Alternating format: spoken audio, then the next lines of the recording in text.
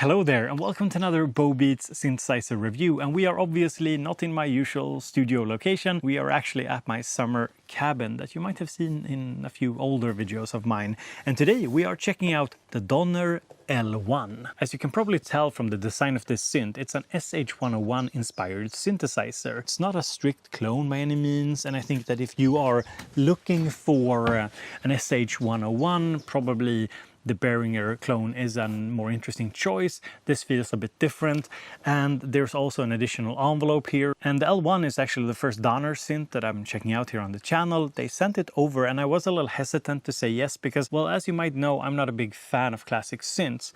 But as you will come to see in today's video, I was actually pleasantly surprised about it. So yeah, let's go and check it out.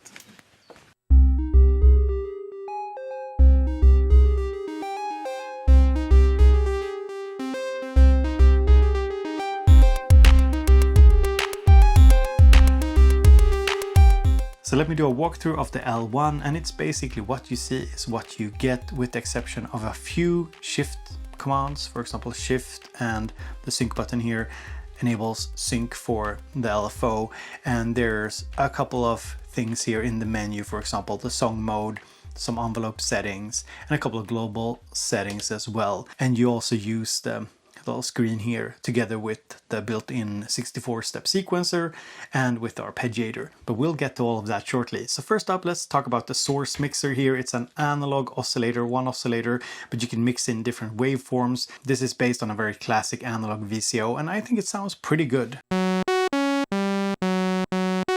So we got a sawtooth, got a triangle, pulse or square wave, and it has pulse width modulation here. Nick Bat would be happy. And the pulse width can be modulated with the LFO as well.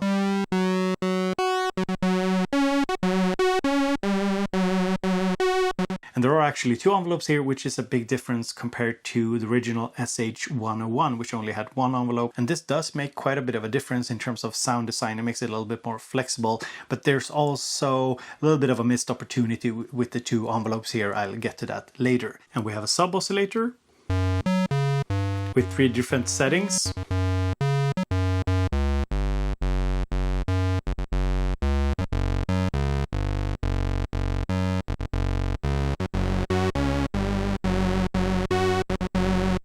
We have noise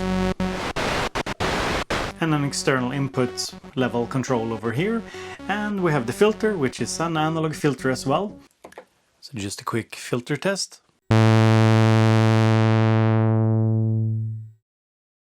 It's a low pass filter, as you can hear.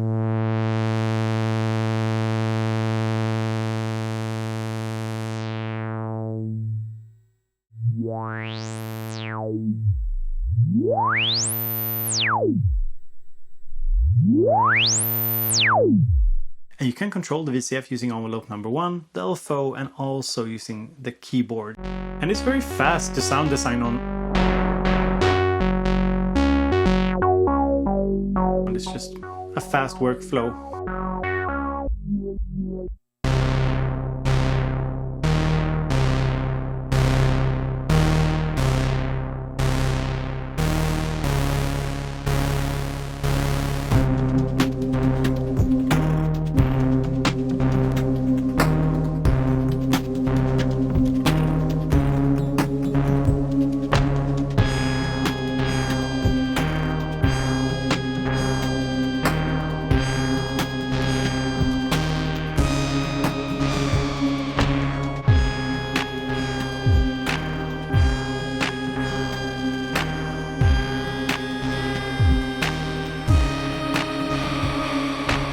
Got the two envelopes here, and envelope 2 here is used to control the amp, and from what I can tell there's no way to use envelope 2 for anything else. So this is a little bit of a missed opportunity because we have two envelopes, and if you set the VCA mode here to, for example, gate, then suddenly envelope 2 doesn't really do anything and you can't assign it to anything else from what I can tell. So for example, the PVM mod here can be envelope number 1, and you can use envelope number 1 here for modulating the pitch. But it would have been really nice, for example, in gate mode, where the envelope here doesn't do anything, to be able to assign envelope 2 here to, for example, pitch mod. That would have been cool. And speaking of the VCA, it's of course analog, and envelope number 2 here can control it. You can have gate, you can set it to cycle. So I believe it just re-triggers after its first cycle, and then to drone. And using it as a drone synth is not how I would use this, but I think oscillator sync might have a good use for the drone mode. In the VCO section we have range, so you can go up and down an octave.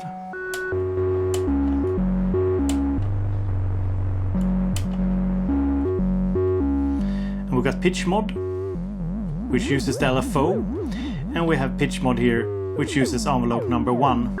So it's quite capable for creating different sort of percussive sounds. I'll show you more about that later. And then we have the modulator here. We have a couple different waveforms for the LFO. You can also set it to audio rate, which is kind of cool. Let me see if I can whip something up here. So here we're in no pitch mod. Let's add in some.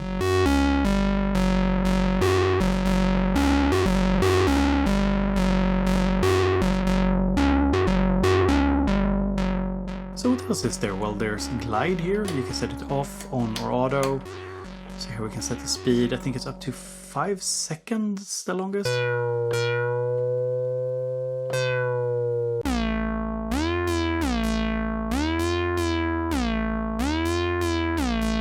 I also want to say that the output is not very noisy. I've recorded both from the main output and from the headphones output at various times, and overall it's not very noisy. If you hear sort of a humming or buzzing kind of ground noise, it's not from the synth itself, it's from the kind of janky power setup that I have here in my cabin. And worth noting is that we have sync in and out, we have CV here and gate, and we have external input over here, phones here. And on the back we have power, we have USB, we have MIDI in and out, we have hold input, I think it's for, I guess for a sustain pedal or something.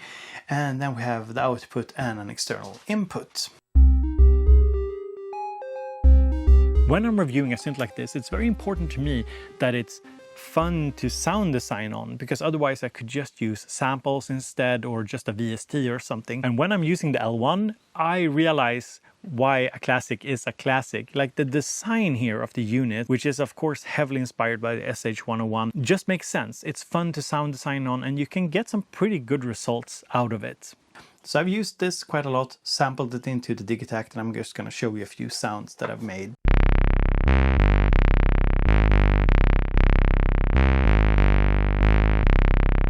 Quite big sounding kick. Metallic sounding clap sound.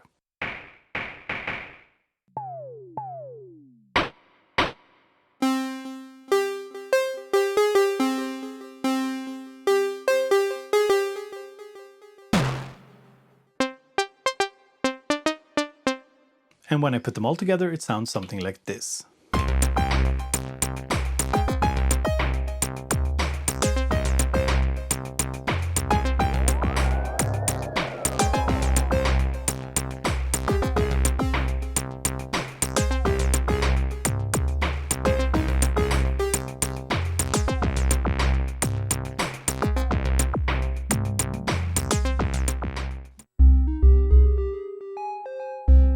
Down here we have the sequencer, the arpeggiator, and the keyboard. So using these buttons here we can select between sequencer, we have keyboard, and we have an arpeggiator that is also programmable. So you can program the different steps in the arpeggiated sequence. And there's also, of course, if you hold shift here, you can go down, up and down, up, random, and you can change the octave range as well of the sequence. And that's where something like this comes in handy. So, whoop, it attaches with a magnet. So it's a keyboard, you can just detach it, has a connector here, and has USB and MIDI out, and also a hold input here. So it can be used standalone as a MIDI keyboard. but it's meant to connect to the synthesizer like so, and it powers on. Now, would I recommend buying this MIDI keyboard for just standalone use without this synthesizer? No, there's just so many better alternatives out there if you want a standalone MIDI keyboard for your computer, for example. But this is actually a quite nice package. But I do think that together with L1 it kind of makes sense. It's a little finicky to move around because, yeah, you can move it like back and forth a little bit, but the power will go on and off, so it's better just to detach it and then put this wherever you want and then attach it like so. And there is even a little screen over here on the actual keyboard. And we have pitch bend, which works in a pinch, I suppose, and we have mod, which I'm not sure if you can actually assign to anything on the synth. I don't think so. And then we have octave up and down. You can change semitones. There's hold, there's shift. And yeah, we can. And I like little details, like if you press hold here, it actually enables hold up here as well. So we can use the arpeggiator. And now we can remove steps. And holding shift we can change the octave range, and you can see it here on the screen.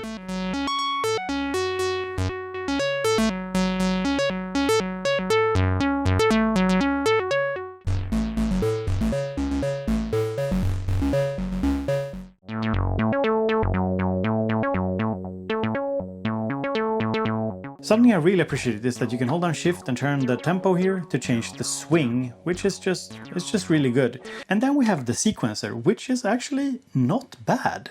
So the sequencer, first and foremost, you can have, I think, 128 sequences. And then you can also save songs. Songs are collections of 4 sequences that can be chained together. So if I go here and I select empty 2, it's an empty sequence. I can now press record, and now we can just put down steps. So if you have a keyboard connected, it's very easy. You can also do it without a keyboard connected. So let's see here. Put down a step and we can tie. You see how it jumps? And we can tie that as well.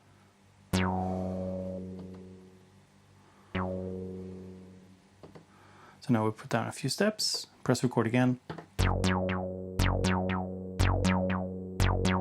That's nothing spectacular, but I do think that the representation of what's going on is really good. Actually, I mean, credit where credit's due. And what's really nice is just I can go through the sequence using the knob here, or I can just press the button and I can see what's going on here. So these are notes and they are tied, and I can see here there's a rest. And if I want to add to the sequence, I can go here, just press here, and I can continue to add. And now we have 16 steps, and then it just jumps because it can be 64 steps and we can continue building on it.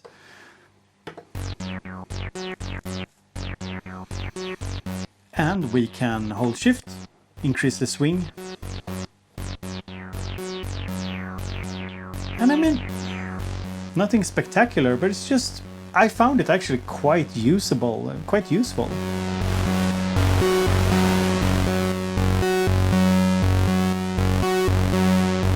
So while the arpeggiator and sequencer are kind of standard, there's nothing really new to them. They are quite useful, especially the sequencer. It's easy to program. It's actually easy to make something with it. And I think that goes a long way to having fun with it. However, from what I can tell, there are basically no automations that you can record into the sequencer, and I would have loved that. The ability to record, say, knob movements and such would have been amazing, of course. At a synth at this price point, I understand why there isn't. But on, for example, the Korg Monologue, it's possible. So I would have loved it on this one. It would have been so amazing to have some sort of parameter automation. But you can't get everything. So now that I have shown you the L1, let me talk about some of my thoughts about it. So first up, like I said in the beginning of the video, this is not a strict clone. It feels like it's more inspired by the SH101. It's similar in terms of how you actually create sounds on it, but there are some differences. And if you're looking for like a strict SH101 clone, I suppose that the Behringer clone would be a better option. Or maybe that flat one with a battery, which was like almost like vaporware for a long time, but it seems to be shipping now. Maybe that's an option. I'm not sure. Don't take my word for it, but it seems that you can actually buy it now, I think. Sound-wise, I can't speak to how close it is to an SH101 because I don't have one to compare with, but I do think it sounds pretty good. It sounds about what you'd expect from a synth in this price range. The big negative for me is the build quality. It's fine, like it's plastic, it feels sturdy enough, but very plasticky. There's no metal here anywhere. The buttons feel okay, the knobs feel just okay, and the faders are actually, they're pretty good. They have some resistance to them. They feel nice to sculpt sounds on, but don't expect this to be like, it's not heavy. It's super lightweight, similar to like, say, cheaper MIDI keyboard or something like that. So don't expect it to be like an incredible build quality. But on the plus side, the lightweight makes it very portable, very easy to bring with you, like I've done here to my cabin. And I also want to mention the keyboard. It doesn't feel like something that you absolutely need to have with the L1, but I do like the fact that I don't need any additional cables to just connect a MIDI keyboard to it. That feels pretty good. As you can see, yeah, the magnet is actually pretty good. Might be an interesting option, but together with the keyboard, it's quite a bit more expensive. And I do like the form factor of it. It feels very nice, like a module that I can just bring with me. It doesn't take a ton of space. And just to reiterate my previous point about the MIDI keyboard, I think that if you're not using it with L1, it doesn't make a ton of sense. There are better standalone MIDI keyboards you could get instead. But I do want to give Donner a big plus here, a big thumbs up, a little star, for just coming up with something different, not just ripping somebody else's idea off, making some nice additions with the additional envelope, this attachable keyboard. It's interesting ideas at least, and I do think that borrowing ideas is totally fine, but I do think you should add something to it, and Donner has, so a big plus for that. So what's my verdict on the L1? Is it worth getting if you're not specifically looking for an SH101 clone? And I think the answer is yeah, sure. There are just a ton of other synths around this price point, around like $200-300, so there's a lot to consider before getting this. But I do think that in terms of build quality, in terms of sound, and in terms of just the sound design possible on it, I think it holds up pretty well against all of the competition. So definitely worth checking out, worth considering. So that was all that I had for you today. Hope you have a great day. Talk to you all later.